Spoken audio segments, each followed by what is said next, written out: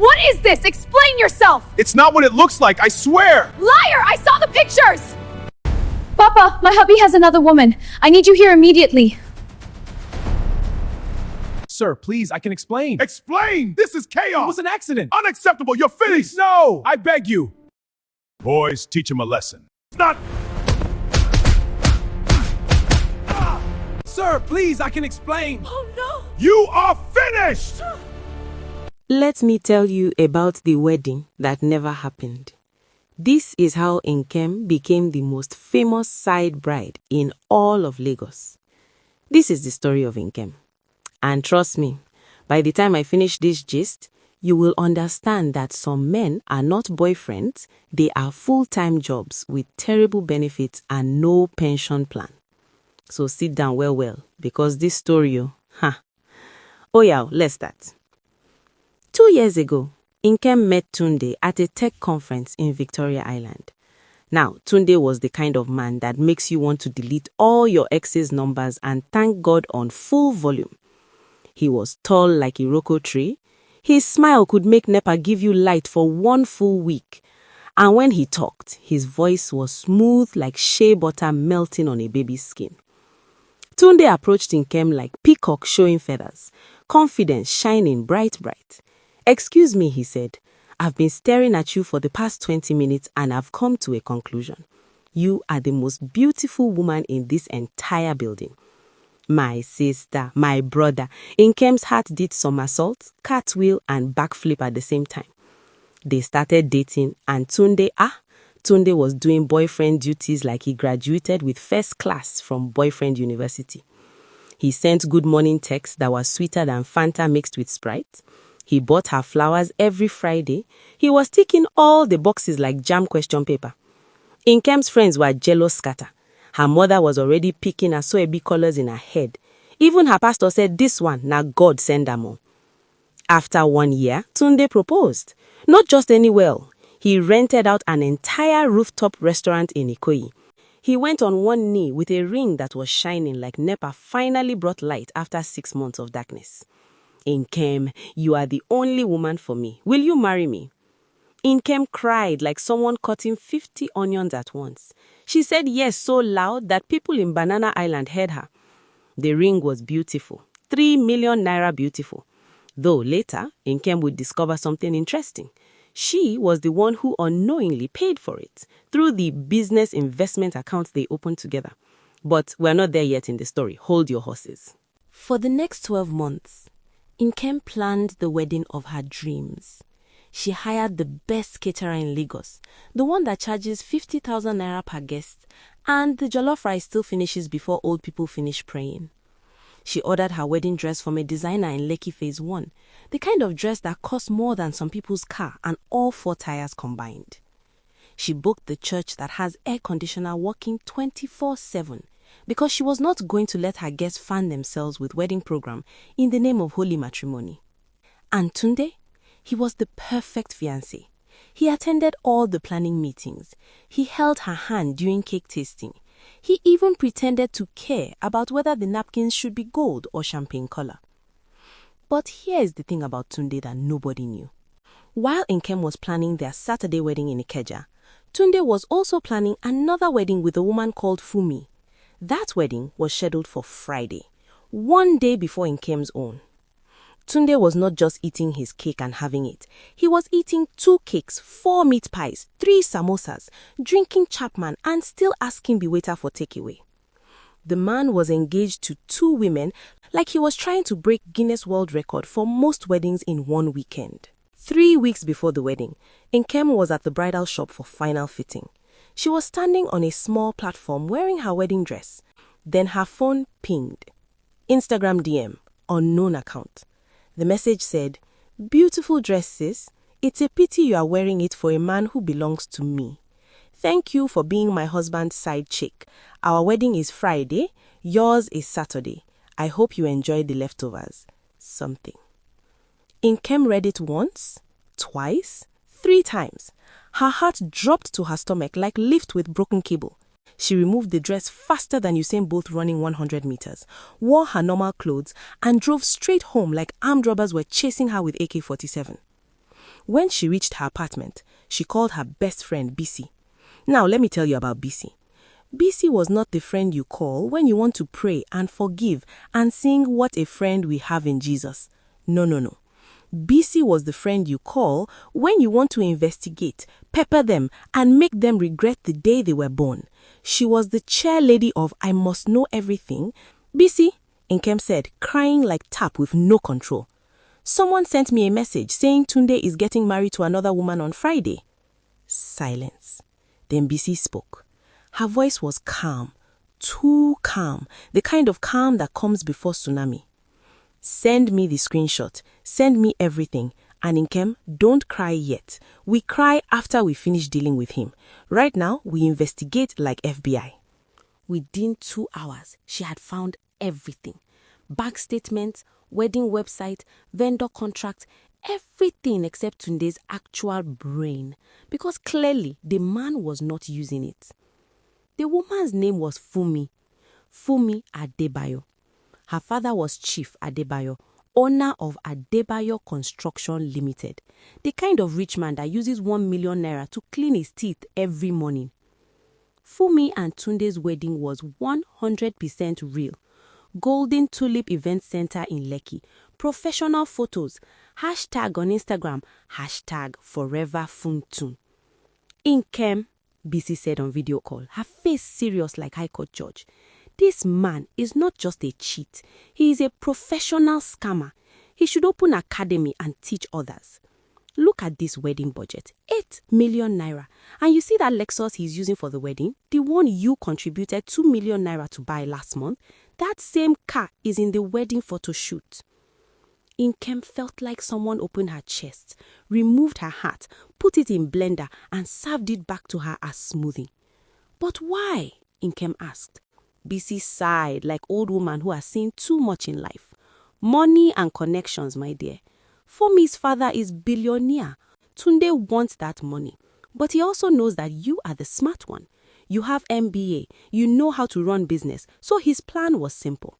Marry Fumi for her family's money, then keep you as side wife to manage the business.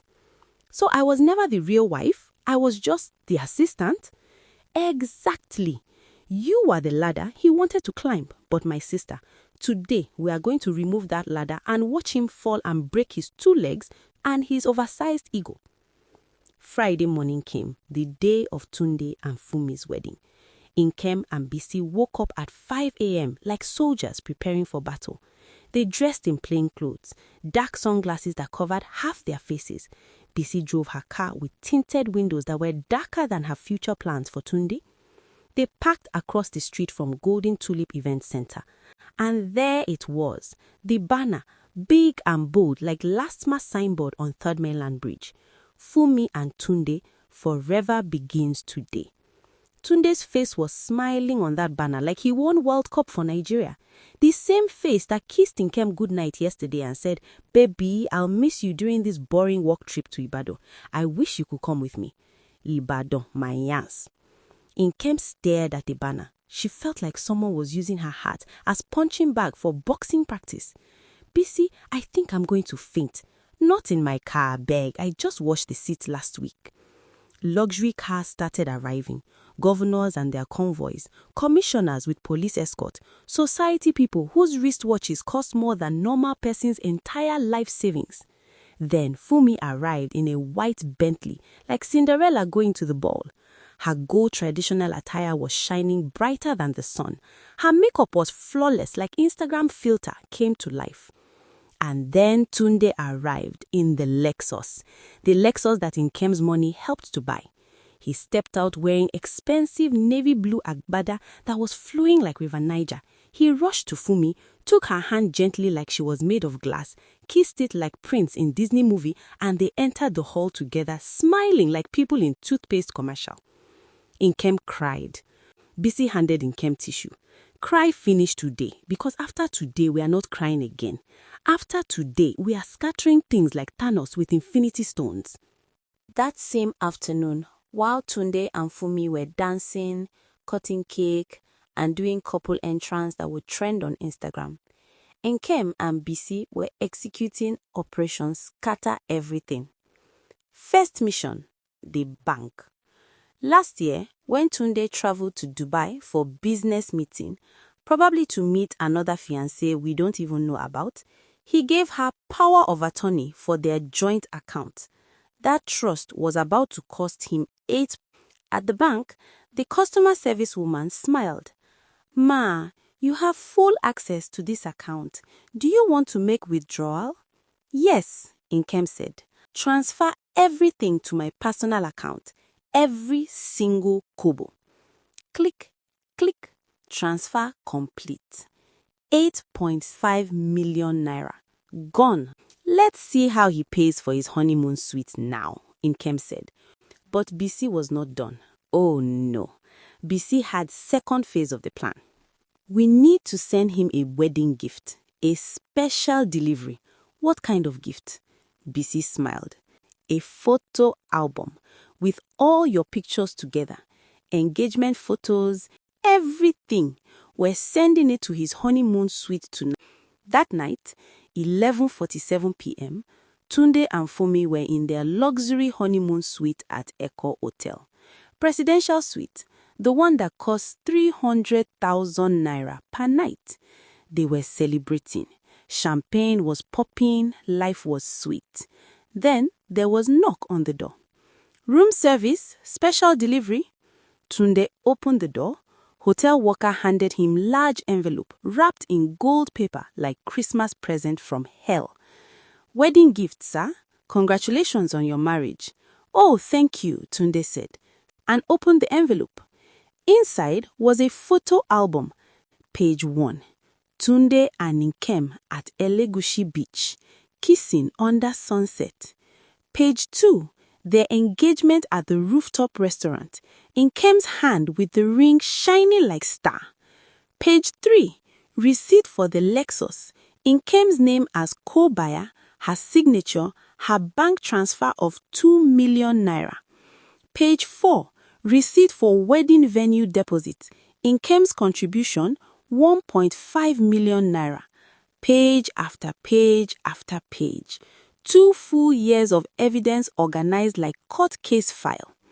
The last page had a note written in red marker. "Congratulations on your wedding, Tunde.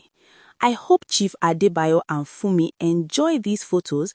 By the way, I withdrew all the money from our joint account. The side bride, Neil." Tunde's face turned white like wall that has never seen paint. His hand started shaking like Nokia 3310 on vibration mode. "Baby," Fumi called from the bathroom. "What's that?" "Nothing, just congratulations card from my office people." But Fumi came out wearing her honeymoon negligee. She saw the album on the bed. She picked it up casually. Then she screamed. "Tunde, who is this woman? Why are you kissing her? Why is there engagement photo? What is this? Baby, I can explain." "Explain what? That you are engaged to another woman? That you used her money to pay for her wedding? Tunde, what kind of demon are you?" The presidential suite became World War III headquarters. Fumi called her mother called Chief Adebayo called his lawyers, his security, and probably his village people to come and deal with this issue.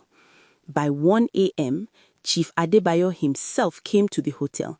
The man was so angry that the air conditioner in the lobby stopped working from the heat of his anger. "You scammer, you fraudster, you used my daughter. I will destroy you. I will make sure your name becomes synonymous with failure in this Lagos." Saturday morning, 6 a.m., Nkem's wedding day. Nkem was wearing jeans, t-shirt, and smiling like someone who just won lottery. Her suitcase was packed, her ticket was printed, her passport was ready. Destination, Paris, France, the city of love. But this time, the love was self-love. Her phone was ringing like it was possessed by demon. Tunde was calling, his mother was calling, his pastor was calling, even his uncle from the village that she had never met was calling. But Nkem's phone was on do not disturb mode, permanently. Bisi came to see her off at the airport. They hugged like sisters who had just survived war together. "You sure about this?" Bisi asked. Nkem smiled, the first real smile in 3 weeks. I've never been more sure about anything in my life. And Tunde, what should I tell people? Tell them the groom got married to someone else yesterday. Tell them I said thank you to whoever sent me that DM because she saved my life. As Nkem boarded the plane, she looked out the window at Lagos below. The city that had given her heartbreak was now becoming smaller and smaller. You think the story is finished too? No now. What about the person that spent the message? It was BC. She never liked Tunde because she had caught him severally cheating on Nkem. Then she started investigating him. Nkem whispered to herself, "Thank you, God, for unanswered prayers. Because if that wedding had happened, I would have married a demon wearing agbada." Tunde's story became a talk of the town. If you marry a man like Tunde, even your village people will laugh at you. Chief Adebayo had blacklisted him completely. No bank would give him loan. His business plans collapsed. Fumi divorced him faster than microwave heats food. He was now living in one-room apartment in Ageje, buying akara and pap for breakfast, looking like someone that life used as mop to clean dirty floor. He tried to contact Nkem, sent messages begging, sent emails explaining, even sent his mother to beg. But Nkem, she had moved on like he never existed. She had blocked him from her phone.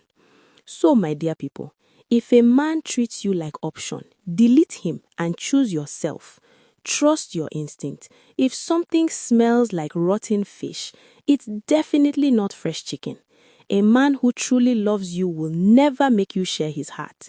If he's sharing, let him share with someone else while you go and find your own complete package.